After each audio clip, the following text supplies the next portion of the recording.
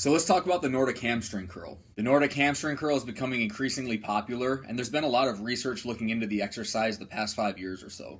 A lot of the research has looked at its effectiveness in reducing the risk of hamstring injuries, and it seems like the effectiveness of the exercise is due to several physiological adaptations. An increase in muscle thickness of the hamstrings, specifically the biceps femoris. Secondly, an increase in fascicle length of the hamstrings. Research has shown that shorter muscle fascicles have been correlated to an increased risk of injury. And exercises like the Nordic hamstring curl, which places a huge emphasis on the eccentric action of the muscle, can promote the production of new sarcomeres in series, ultimately allowing the hamstrings to produce and tolerate higher forces at end ranges. And lastly, improvements in eccentric strength have been highlighted as a possible mechanism involved with reducing the risk of hamstring injury. Another similar exercise as the Nordic hamstring curl is the razor curl. And research has shown that this exercise is also effective. The razor curl is effective at improving hamstring strength, but less effective than the Nordic hamstring curl at eliciting tissue adaptations. And a researcher tried to explain the difference between the razor curl and the Nordic hamstring curl, stated that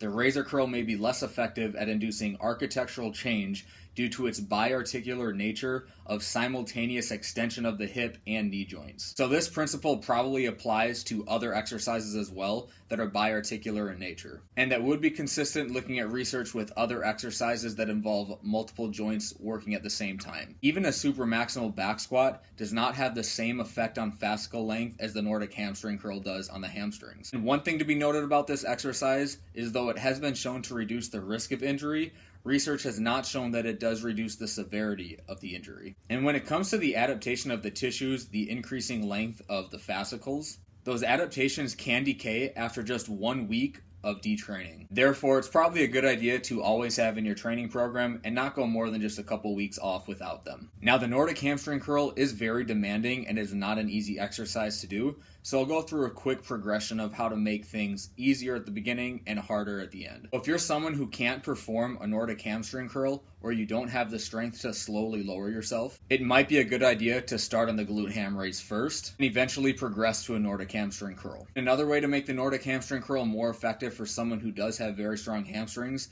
is to add load. Adding load will likely lead to greater tissue adaptations as well as neuromuscular adaptations and force-producing capabilities. And another variation of the Nordic hamstring curl for someone who has a lot of strength is a single leg Nordic hamstring curl. Anyways, that's all the information I have for today. Thank you for taking the time to watch this video. Please do me a favor, hit like, subscribe, and share this video on social media. I really appreciate it.